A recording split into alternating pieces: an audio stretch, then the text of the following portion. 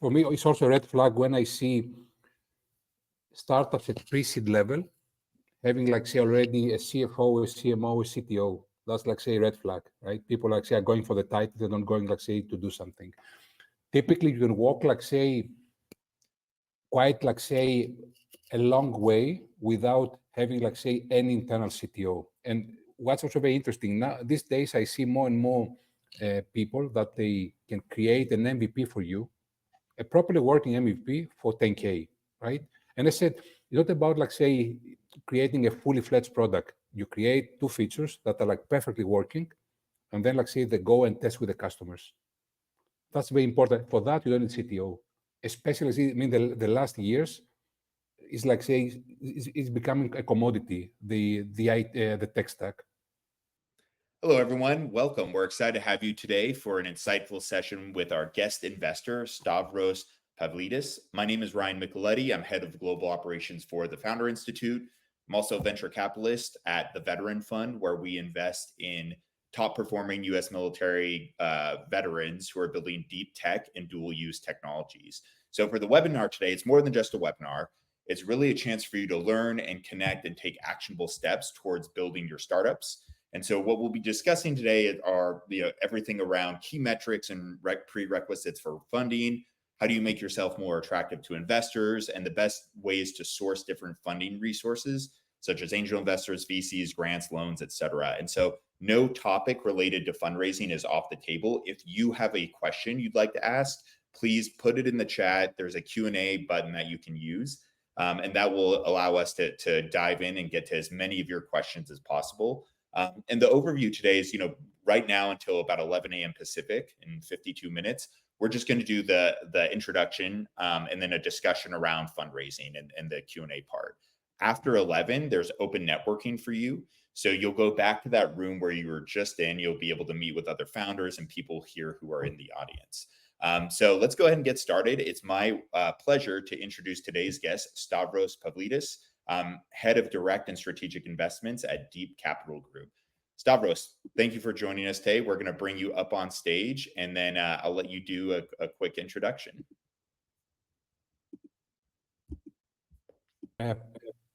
Okay.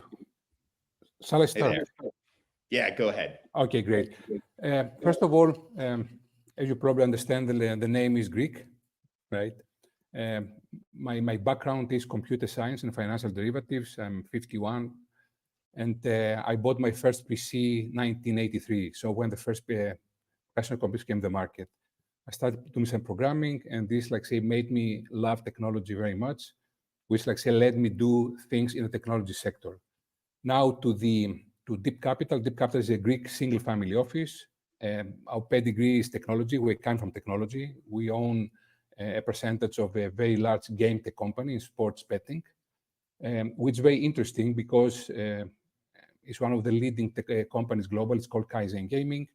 And the interesting part is they depend a lot on technologies like heavy technology, cybersecurity, KYC, geolocation, Gen AI stuff for user engagement, a lot of DLT, fintech stuff. So all that helps us as a family office to evaluate startups as pre-seed, seed level up to Series A on the technical side, and then, like, say, put some capital and, like, say, get people started.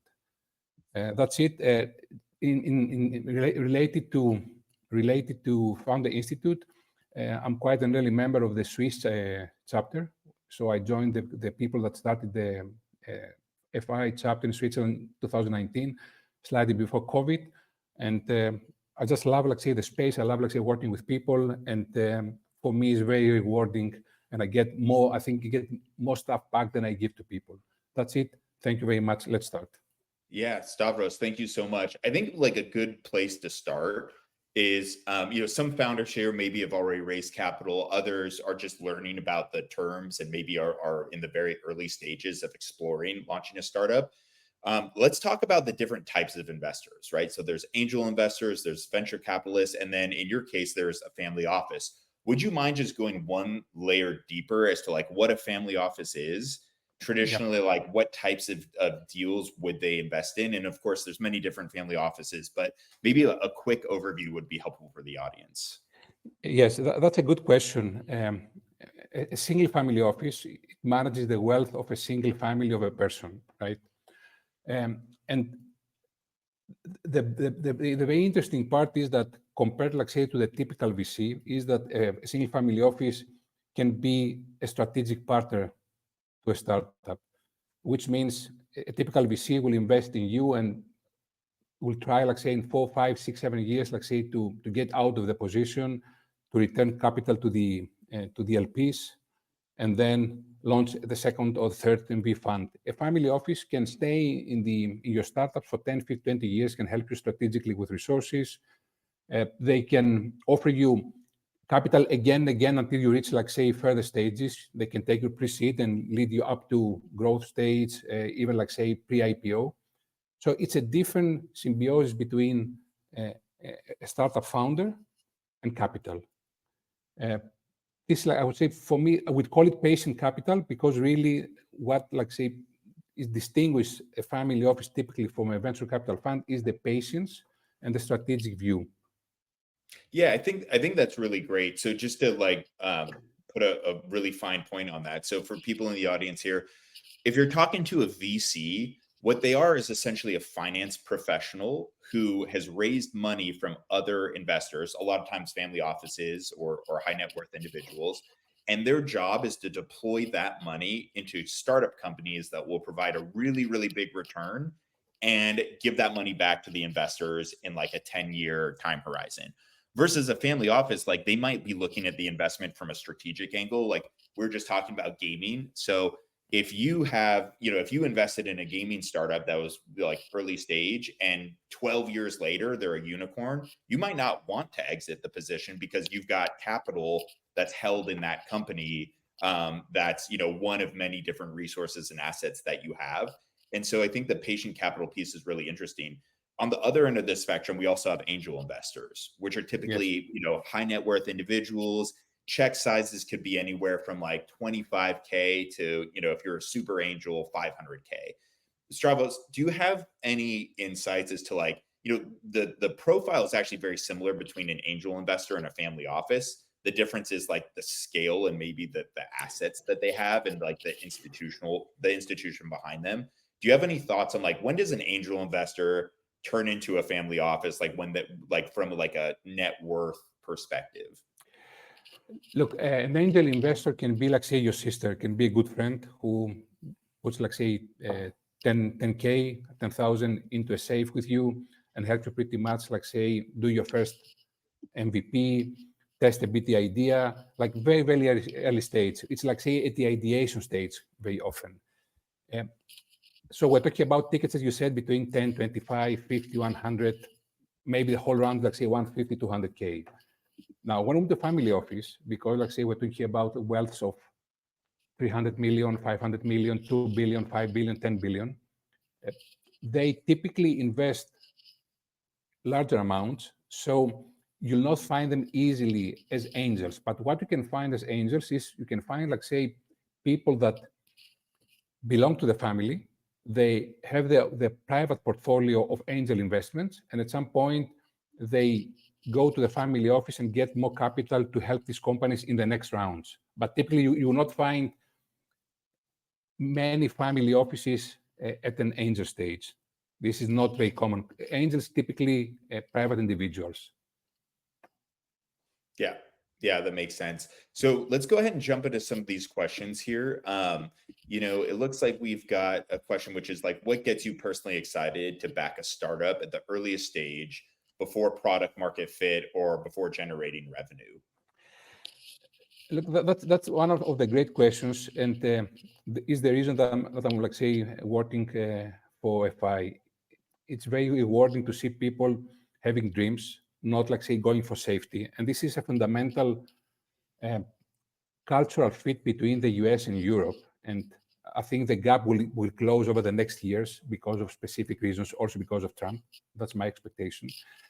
But it's like, say, when you help people that have an idea, pretty much narrow down the options, create priorities, understand how they define the problem. If they have a valid problem, many people, like say, we meet, they don't have a valid problem.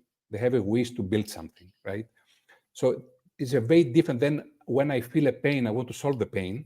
Then I like building an app, and I quit my job to build an app. So the goal is at the early stage, like say, to help people move quickly to a sustainable setup so they can raise the first capital. And that's for me very exciting, because when you read like the history of venture capital back in the 50s with Fairchild Corporation in the US, and how, like say, California became the cradle of venture capital, then you understand these people, like say, they were very collaborative. It's very nice to be collaborative in a very difficult society these days. And all that creates a very nice ecosystem that pretty much creates also innovation. Innovation is the force behind most of the things we're doing. So this for me, like say, the main reason. Yeah. The only thing I'll add to that, Dave, is like every investor has a different thesis behind their investment and different things they care about. So, for example, like I think here in the chat, there was something around here. Someone was talking about how they're developing like a platform that merges banking and gaming. Me, as a defense tech and national security investor, I don't care at all about that. Right. Yep. So, like, Yep. but Yep. Stavros, who actually has like a lot of experience in gaming, probably is like, okay, that's really interesting because there's a lot of stuff going on in fintech and banking. And if you can combine that with gaming, maybe there's a really interesting opportunity. So the first thing I say is like, make sure you're targeting the right investors who care about what you're building and in that space, because they're going to be more excited for what you're doing versus just kind of targeting a random general angel. The other piece is at the earliest stages, the people that are going to back you are people that trust you and know you. And like, you might not be able to list out like your, in order to raise capital, you need to meet with at least 100 investors, and you might not be able to list out 100 investors that right now. Maybe you could list out 2. But what you're going to be doing through your fundraising process is like making sure you have a really good pitch. So assuming you have a really good pitch, a really good business opportunity, and like you're an investable company, meeting with an investor, getting them excited about what you're doing, getting them to have this like conviction in you to potentially invest, but also to potentially open up doors to then meet with other investors. And so you kind of do this like meeting with someone to then open up the doors to then meet with more people until you get to that 100-person investor list. And that's essentially what that fundraising process will look like. And so it's really important, like the things that we look for, especially in the early stages, is very credible, what I would even define as like elite founders. And I don't mean that from like a pedigree necessarily, but it's just sort of like, is this person the like 1% of companies that we're going to invest in, based upon their background, based upon the market opportunity. And so just like having really great, being able to demonstrate that through your pitch and through the opportunity, how you describe it, is really important. And you're going to start with like the people that know you and trust you the most, and then kind of leverage up from there. Look, the reality is, Yeah, if I can add something, is that you said something about angel investors, and because, like I said, pre-seed level, who is your angel investor is extremely important, because, as you said, if these guys can open doors to you, the optionality in a good cap table with good angel investors, it can, like say, be very decisive on how, like say, you get your next funding round. That's extremely important. So, I mean, something like say that I see again and again that if you start, like say, with good people inside the scene in your sector, what they provide to you in intangible resources, it's even more valuable than the capital itself sometimes. Yeah, I think that's a really good point. And this kind of ties into James' question here, like what's the best approach for pre-seed and pre-revenue companies seeking funding? I mean, there's so many different angles to talk about that, but let's just kind of start at the 100,000-foot level. Why are you raising capital?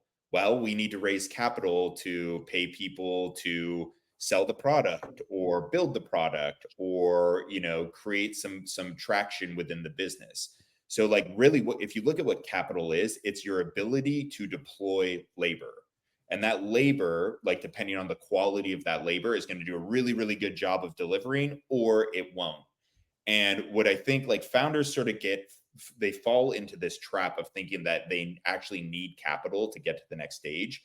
you don't actually need capital. What you need is like willing people to help you get to a certain level of ideally like $1 million in revenue or break even of some type, so that you could then use that as your foundation to then continue building. And so one of the best approaches when you're looking for funding, James, is think about it not in terms of raising capital. Think about it as, how do you get the best labor behind you?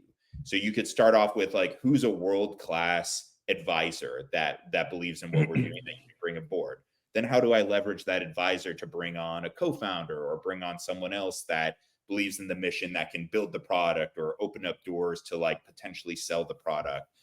So like, I think like really the most important thing is getting the right people on the bus. We call them at the Veteran Fund, we define them as like values aligned investors. How do we find the values aligned investors that really, really get it and believe in what we're doing, who will then not only provide capital, but also open up doors and resources, to Stavros' point. And so I would start with looking at your team and making sure that you have an exceptional team.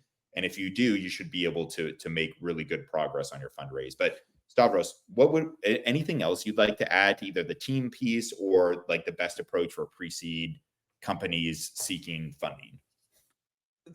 When you like say you raise this your first 150K, no one expects from you a product, not even one like say that is like say in beta test. What they see is like say if this person, there is like what we call the founder market fit. So if you give me like say the impression you can solve the problem, if the problem is credible and big enough to justify me risking my money, which like say can get lost very quickly, and then um, it's also the people that are around you. So you don't buy anything else than just like say the team and the problem when you raise your first like say pre-seed round. That's very important. You so don't like say get too anxious about not having a CTO, a CMO, a product working. No, people like say will give you money just like say based on a presentation. Simple as that. There's another question from Roman here that's related, which are one, like, what are the key things investors want to see in startups to invest at the earliest stages in pre-seed and seed? And then what are the key red flags for investors? Maybe let's start with red flags, and then like let's work backwards to what they want to see. What would you add as a red flag? Yes, red flag, for example, like say if it's not like say in the proper order. Just like I mentioned a few points. For example, when I see someone who is like say starting cannot explain the problem clearly within like say a very short like say period of time, like that understand the problem, or people who they cannot like say show us they validated the problem, right? And validation means that you go out, you talk to people, you talk like say to your ideal customers, and then say, I'm understanding very well who I'm targeting at. For example, when Uber was defining the ideal customer, they took a different approach than like say other applications before. So they try to understand what are the pains they're solving. This is like say one of the key things. So when we try, how do you validate? And people like say, they said, for example, we ask like say two friends, or we didn't validate. That's like say a red flag. Or for example, when they cannot clearly define the problem, it's again a red flag. Or when they don't have a clear motivation, they don't feel the pain why they start a new venture. These are red flags. I'm not worried. I mean, startups don't get shut down because of missing funding. They typically they haven't found like say a product market fit. They haven't validated. These like say typical problems. Not a solid founder team. These are like say the main problems. They repeat again and again. So it's like say a repeating pattern. Once you've seen like say 100 pre-seed companies, then like say you can within like say 5-10 minutes understand like say if it's working or not. And this is like say how people will judge you. Do not spend like say more than 5 or 10 minutes on your case. Yeah, I think that's a really good point. I mean, there's like probably a whole list of red flags. Like a big thing is getting caught lying, or like not knowing like a really important piece of information, like a major competitor in the space. So you essentially need to demonstrate mastery of your domain. And what that means is like, hey, like I'm the expert that is very uniquely qualified to bring the startup to market because of my background. And so, you know, going back to that founder product or founder market fit, that's exceptionally important. And so, you know, it's a fine line too when you're raising capital. Like everyone talks about, like you want to create FOMO with investors, and while that's certainly true, you also want to make sure you're like walking the line appropriately, where you're not lying to them, because lying is, you know, it's not only unethical, but it's also the number one way that you're going to get in trouble with investors. And so I would say that's a big piece. And then, like, you know, going to the opposite of this, which your question is like, what are the key things that investors want to see in startups? One heuristic that we look at is increasing confidence in the founder over time. So you're never going to meet with an investor where they're just like, I love you, take my money, right? Unless you are like really, really good and you're like exceptionally qualified for the thing you're building, and they're like an expert and know you. It's very rare that they're just going to say that. So what actually ends up happening is, like, you have this like 3 to 6 month long engagement with this person where it's like, hey, let's jump on a call. Here's my deck. Here's the overview. Like, let's stay in touch. They'll say, put me on your update list. And so, like, there's going to be this like kind of interaction over time. But if every time I talk to you, I get a little bit more confident in what you're doing, meaning like, and this is something that we go over in Funding Lab, which is a program that I think I see some alumni here on the call. All alumni can take Funding Lab for free. Anyone who's not a Founder Institute alumni, you should go become one, so that we can help you raise capital through Funding Lab and the FI Venture Network. But going back to this kind of increasing confidence over time, if I meet with you and I say, okay, like, you know, Stavros seems like a good founder, I like him, but I'm not fully convinced yet on that market opportunity. Keep me posted. Let me know how it goes. Then 2 weeks later, I get an email from Stavros, and it's like, hey, we just closed this like really big customer. Oh, that's great news. Like, congratulations. Like, any news on the round? You know, and then like 2 weeks later, like, hey, good news. We got a lead investor. Now all of a sudden I'm seeing the trajectory, right? You're looking for that growth.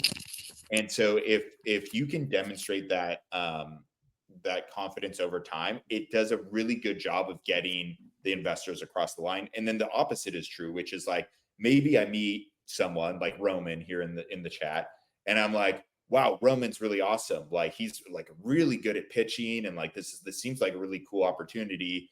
And then, you know, he checks in with me like 2 weeks later, and like, you know, something happens that makes me think like, oh, like, I'm starting to lose confidence in this founder now, because like, so a co-founder quit, or like they lost a customer, or maybe their lead investor fell through. All of those things are now decreasing my confidence, and it's going to result in that like downward trend versus the upward trend.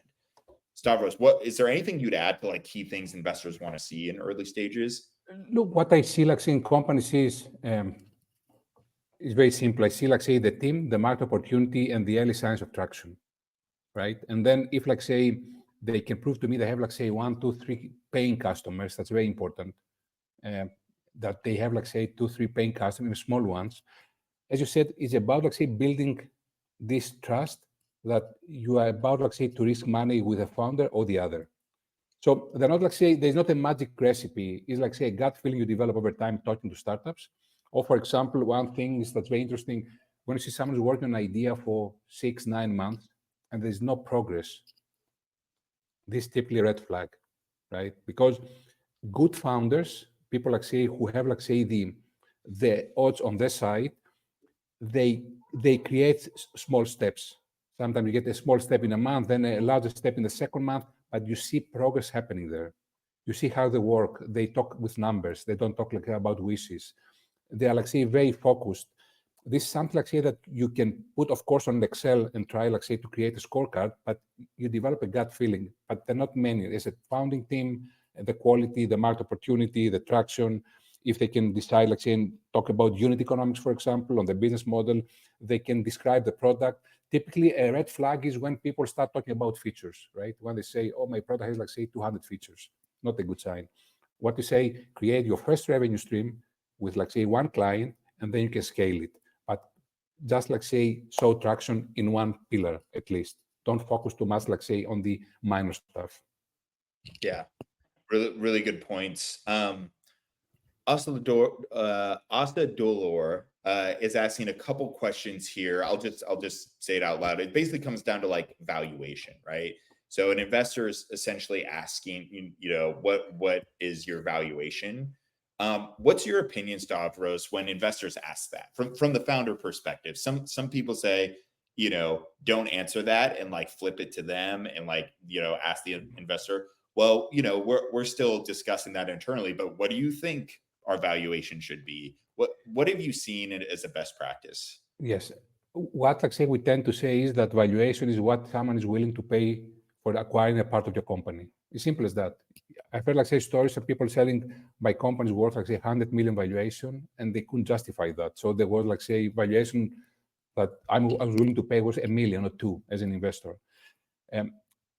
For me, very important is when you are, like say, pre-seed level, that assuming, like say, a typical deal is you sell, like say, 15% of your company for 200K, right? So valuation, like say, 1 to 1.5 million.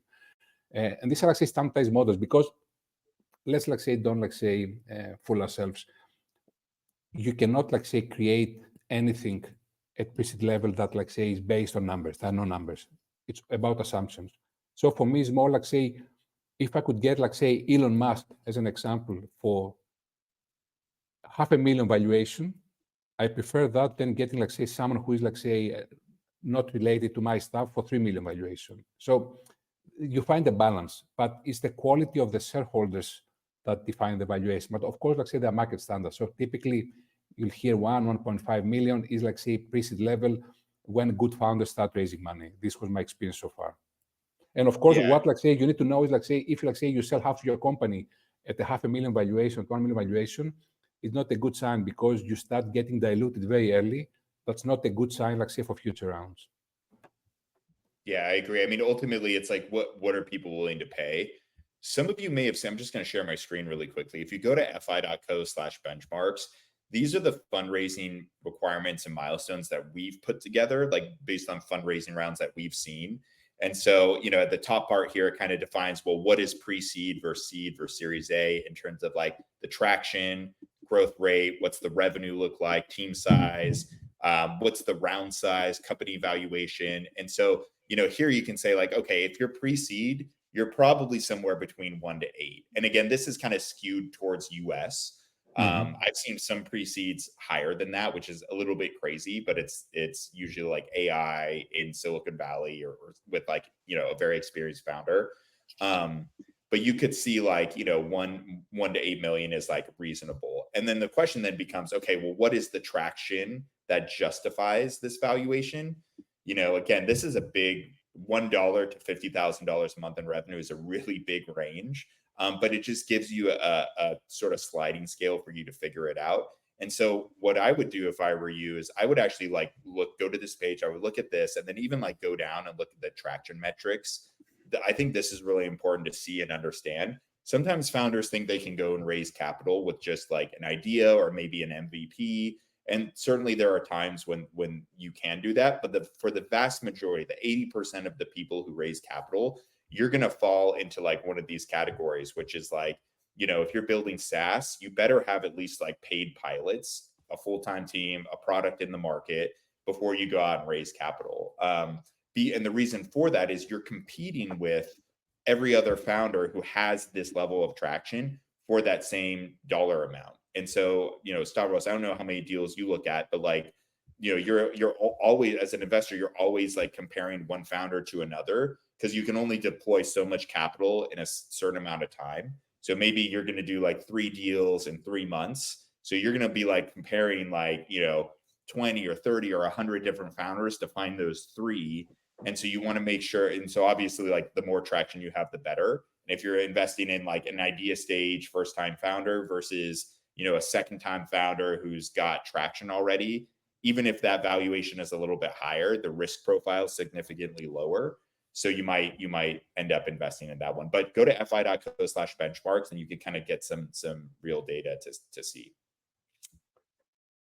Okay, Tarek is asking, how much of a vision would you want to hear about in the stages of getting to know the founder? And then how do you measure the position of the founder regarding his vision? Do you have an opinion on that?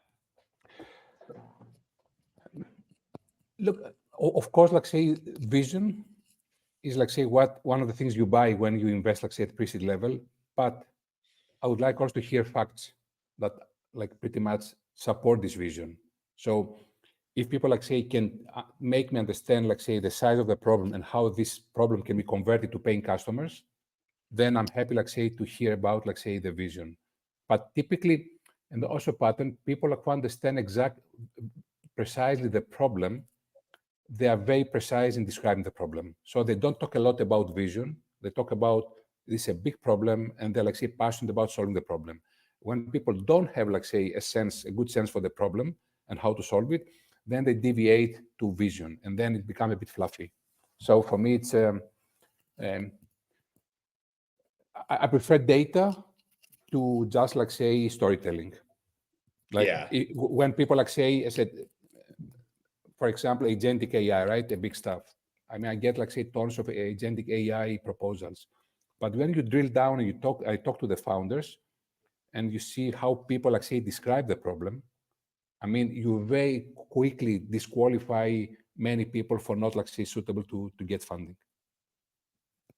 Yeah, I agree with that. I mean, vision is important, right? Because it's sort of like, that's what the big opportunity is. That's where you're going. But, the question then becomes, well, then what's the plan to get there? And then like, can you prove to me that you're the operator who can execute that plan? And so like, I think it's good to say, hey, like we want to dominate this market by doing X, Y, and Z. But then you also have to like work backwards and know like how to get there and make sure that's a reasonable plan. Steve Jobs said many times that an idea is an idea, execution is key, right?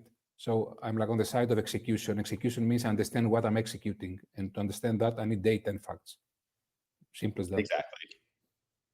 All right. So Nathan's asking a very specific question. What traits or metrics do you look for in a health tech company targeting a highly regulated market like Norway's? I don't invest in health tech, and I don't invest in Norway, so I don't have like really good feedback for you. I mean, we can talk about this in terms of like, highly regulated industries. Stavros, I don't know if you have any opinion on that, but happy to Look, take it.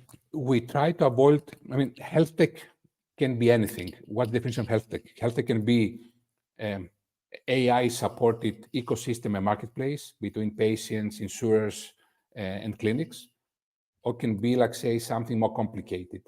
Um, Generally, regulation is like, say, an issue, right, to scale your fund. So your fund, your startup.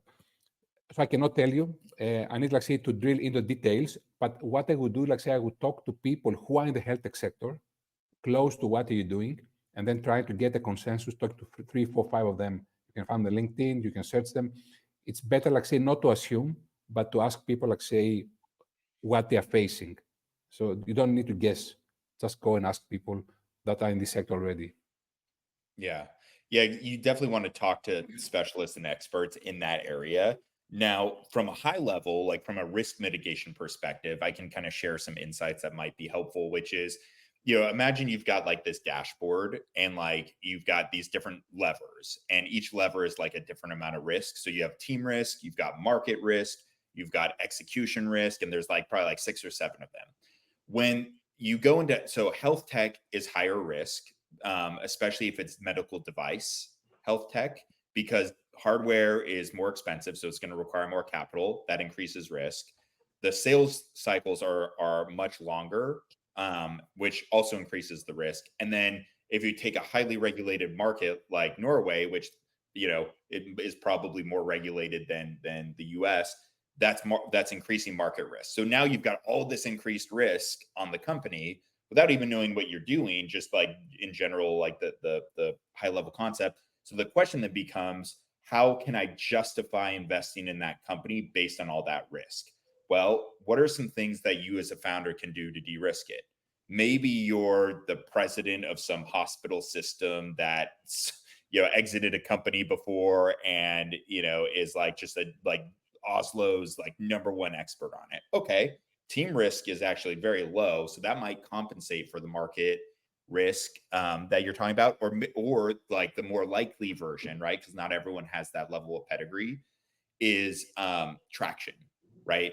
Can you go in and show that hospitals are willing to use it, or whoever your customer is? Are there other things that you can do to increase that traction? So it's like, yeah, it's highly regulated, but you have $1 million in revenue, and so therefore, like, it's a sustainable investment. And then a factor of that is also like the valuation risk. If you were to come to me and say like, hey, I've got $1 million in revenue, but we're in this highly regulated market, so as a result, we're going to raise at like a $4 million valuation versus a 20.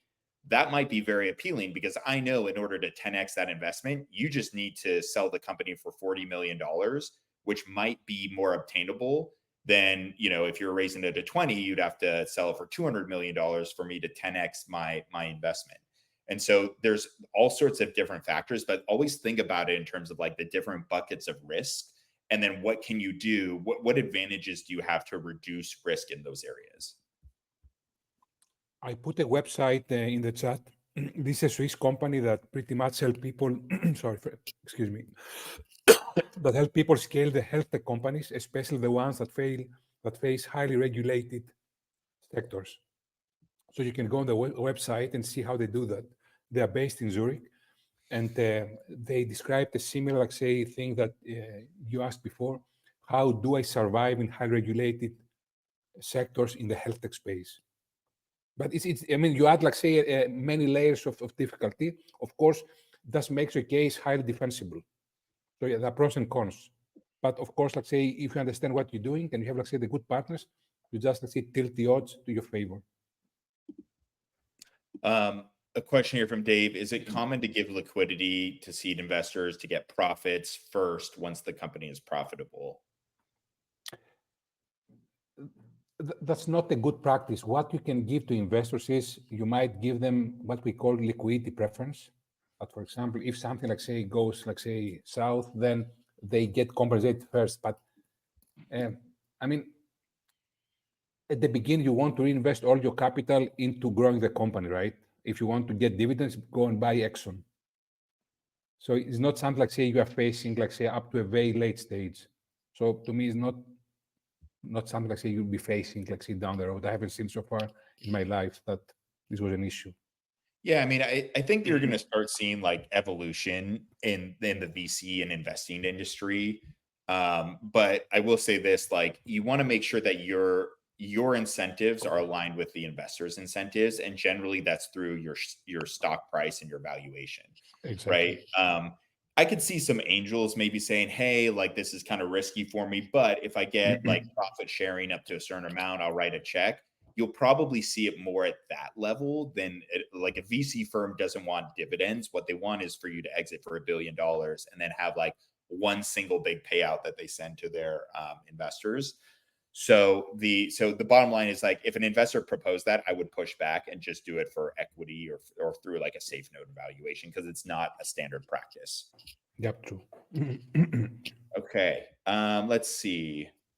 When you review early stage startups, what operational flaws or team issues often cause you to hesitate? Okay, that's a good question.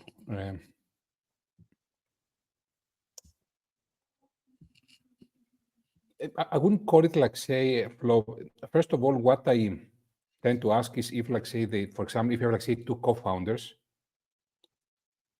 do they know each other, like, say, from the past? Have they worked together, or is, like, say, the first venture together? Because when, like, say, we're all, like, say, special characters somehow. So when you put, like, say, people in the first venture together, typically, once, like, say, a friend met Ray Dalio on an event, and he said, typically in your first year, you lose half of your friends and half your capital. And the reason is true, because a lot of egos, people come, like, say, in with their own expectations. So it's not so much the operational, it's more, like, say, the team issues. Like, it's more about the personal thing that, like, say, doesn't work out in the first months of an operation. And this, like, say, where you see, like, say, people leaving a startup because they came in with different expectations. Some people come in, like, say, for the excitement. Some people come in, like, say, for a quick pack. Some people come for different reasons. This, like say, what we often see, that team issues. Operationally, you don't have much, like say, to do wrong at the beginning. Yeah, I agree. I think the majority of the time it's going to be team issues. I think that's like the number one reason why startups fail is it's a team issue. And the reason why these team issues come down to the expectations that they have. Because like in the early stage, it's like, okay, you and your buddy, you're on this mission and it's going to be really fun and awesome and you're going to make tons of money together and you both share this big vision. But so when you kind of are, in that mode, your expectations of what compensation is, timeline of compensation, roles and responsibilities might be totally different than your partners. But because you're feeling good and you're like on the same, you feel like you're on the same page, you might not think to like discuss those kind of hard questions. So I think it's important for you to have that important talk with your team and co-founders up front, which is like, hey guys, like this is going to be really hard. Like there might be times where we need to work nights, work weekends. Like, is your family going to support that? And then also, like, even if we raise money, like we're still going to be making a small salary, right? Like a lot of founders, like, I think the reason why founders want to raise capital so much is because they want to start paying themselves and make money. But the reality is like, you don't really get a good salary till your Series A, which is like, if you're just starting off right now, and you're at the idea stage, your Series A could be 5 years from now. Imagine going 5 years with like no or minimal salary. Most people can't do it. And like that creates a lot of tension and conflict. And so, in a perfect world, like you'll be able to raise capital or get to revenue. But like those are the conversations that need to be had within your team. And then also make sure you're bringing aboard the right people. Like, so if you and your co-founder have those conversations, you know exactly who's doing what the responsibilities are, what the compensation is. And then you're like, okay, now we need to go and hire a CTO. You want to have that conversation with them as well and make sure they're a culture fit too. Because one bad hire can kill your company. And that also dovetails into Ophir's question here, which is I'm a solo non-tech founder of a mobile app in the advanced ideation stage. You've got a spec, design, business plan, go-to-market plan, etc. Is it mandatory to find a tech CTO before funding? What are my chances going solo to fund and run a dev team? Stavros, why don't you start? So this is like say the typical question. For me, it's also a red flag when I see startups at pre-seed level having like say already a CFO, a CMO, a CTO. That's like say a red flag, right? People like say are going for the title, they're not going like say to do something. Typically, you can walk like say quite like say a long way without having like say any internal CTO. And what's also very interesting now these days, I see more and more people that they can create an MVP for you, a properly working MVP for 10K, right? And I said, it's not about like say creating a fully fledged product. You create two features that are like perfectly working, and then like say they go and test with the customers. That's very important. For that, you don't need CTO. Especially, I mean, the last years is like say it's becoming a commodity. The tech stack, and then once like say you see like say you have traction revenues, then you can start deploying capital into more dedicated functions. At the beginning, I would be very frugal and very conservative with how I spend my money, and CTO is not on my priority list. Yeah. Here's some things I'll add to this. So first, like it sounds like you've got like, your business plan, go to market. Okay, that's all great, right? You're not a technical founder, and it's not that you need like a CTO per se, but you need someone on your team that has significant equity to run the development of your company. You're a tech startup. Like the value is your tech. And if you don't have someone that can build tech, you're not worth anything. And so like you need to be very sure that you have someone that could manage that part of your business. And so whether they're a CTO or a VP of engineering, right? Ideally, this person is like heavily incentivized with the same thing you are and the same thing your investors are, which is equity in your company. And so if you can find some technical co-founder that can build the product for you for free or for equity, that's the ideal scenario, right? Like the classic, like, it's like you need the hacker and the hustler and the whatever, right? Like so you do need someone on your team to manage that side of the house. And also, and here's the reason why, let's say, you successfully raise money and you just pay this development shop. And what they quoted would be $100,000 has now turned into $200,000. And then you find out, oh, like the customers actually don't like that feature. So now you need to go and spend another, $100,000 to like fix it. Like, it's just, you're burning money. Whereas instead of burning money, you could be having someone burn their time in exchange for equity. And as soon as you run out of money, the product development shop's going to not work with you and not answer your calls. But your CTO, who spent the last year building with you and they have equity in the company, will probably still work with you and build.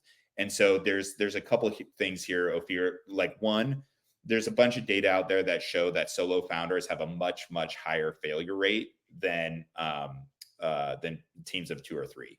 There's many reasons for that. I think the number one reason is it's a lot less fun, and it's a lot harder. And so, like, everything is just on your shoulder. I have some friends who are solo founders, and my God, I mean, it's just like they have to take the weight of the world on their shoulders, and there's no one to share it with. And so, like, I would strongly encourage anyone here to not be a solo founder. Go out and find someone that shares your vision and your excitement and has a complementary skill set that will help you build. It'll make the journey so much better and more rewarding, as long as it's the right person. Ryan, one thing I need to add, because as you said, when you quit your job, and pretty much one of the functions of the FI, like say, program is to make people understand if they're suitable to become an entrepreneur or not, and not like say quit the life and take a huge financial risk just to find out 4 months later that it doesn't make any sense. It's very important, like say, to calculate your financial runway. So to have, like say, money for at least, like say, 9, 12 months, right? And your co-founder too, because if one of the two gets shaky because of financial concerns, then, like say, this will, like say, absorb you too. That's very important, because once, like say, you have a co-founder, it's a marriage, right? If one gets shaky, the whole thing becomes shaky.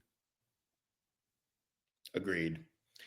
All right. Last few questions here, because I know we got to run in a few minutes. Let's do the last question, which is like, what is the best way to reach out to and build trust with an investor? How often do you read or respond to emails or LinkedIn messages and requests? Okay. I respond to all the messages as a matter of respect, right? This, like say, unless someone is very intrusive or, like say, cannot, like say, offer me what's about, right? So people, like say, who pretty much, like say, get into like say, talk with you on LinkedIn without, like say, pretty much being very precise why they are, like say, get in touch with you. So I prefer people who say, look, I'm Xstat, I am raising funds for my startup. We, like, in this sector, are we relevant for you or not? And then you have a yes or no. The worst thing is a maybe. So I answer everything. And what, like say, honesty is very important. Like that you don't, like say, really bullshit people. That's, like say, people, like say, are very experienced. They understand exactly what's going on. And, like say, coming straight to the point. Because if, like say, people realize you're wasting the time, then they're gonna, like say, move to the next one. To me, like this, I like say, the base criteria. We get a lot of traffic through LinkedIn, and I like LinkedIn because it's a very actionable tool. Meanwhile. Yeah, I agree with that. I think, the only time, so the best case scenario, you'll get a warm introduction by someone. And there's like different levels of warm introduction. There's like, hey, like if a founder that I invested in was like, hey, Ryan, you should really talk to this guy or gal, I would take that meeting without seeing a deck. So that's like the best warm introduction. The worst warm introduction is probably like, someone I'm connected with on LinkedIn who I have no idea who they are, but somehow we're connected, does an intro to some founder. That's still technically a warm introduction, which is better than just a cold outreach, because at least I can see, like, it catches my attention more. And so therefore I read it and I pay attention to it. with the amount of companies that people review and the amount of opportunity and emails and LinkedIn messages, like I can't respond to everything. And so a lot of VCs will use the warm introduction as a filter, and as a way to just kind of, like maintain their sanity in their workflows. Now, there are times where, the only time I've actually taken a meeting from a really cold outreach, which I think was like maybe on LinkedIn or something, was when the founder was very targeted to what we were doing. They're building in like the drone and autonomy space, and they had really interesting traction. And it was like a custom email to me. And I was like, wow, this person took the time to like write this custom email. It's super targeted. I don't know them, but look at their traction. They're crushing it. Like, I definitely want to talk to this founder. And so we ended up not investing in them, but like I took the meeting and like made some introductions for them. And so like that's the spectrum you want to consider, which is like, I'm sure like our names are on some investor list that's been like sent around the web 300 times, and like you'll get cold emails and things like that. Because of that, it's happening more and more. And so therefore I have even more of an allergic reaction to cold emails, simply because there's just a higher volume of them. But everyone's different. So like the way you cut through that is with traction and being a really good founder or getting a warm introduction. One thing, if I can add, is that when, like, say, you talk to someone through a warm introduction, there are, like, say, two things how you can approach the situation. One is if, like, say, I can get into a, like, say, a more in-depth discussion with this person, but also, like, say, what sort of second layer introductions I can get through this person. Because each person you talk to, they have, like, say, another network behind them. So think, like, say, in two dimensions: the person, him or herself, and the network, because this gives you, like, say, this scalability in your process. Yep. Sounds good. Well, that's all the time we have today for the AMA session, but we are going to do the networking part, which, in a moment when we end this broadcast, you'll be brought back into the other room where you have different tables. You can meet with the folks here. There's still a lot of really good questions in the chat. So I encourage everyone to join that and meet with fellow founders, especially if you're looking to build out your team. Stavros, thank you so much for joining us. Any final thoughts or words of wisdom before we end the broadcast?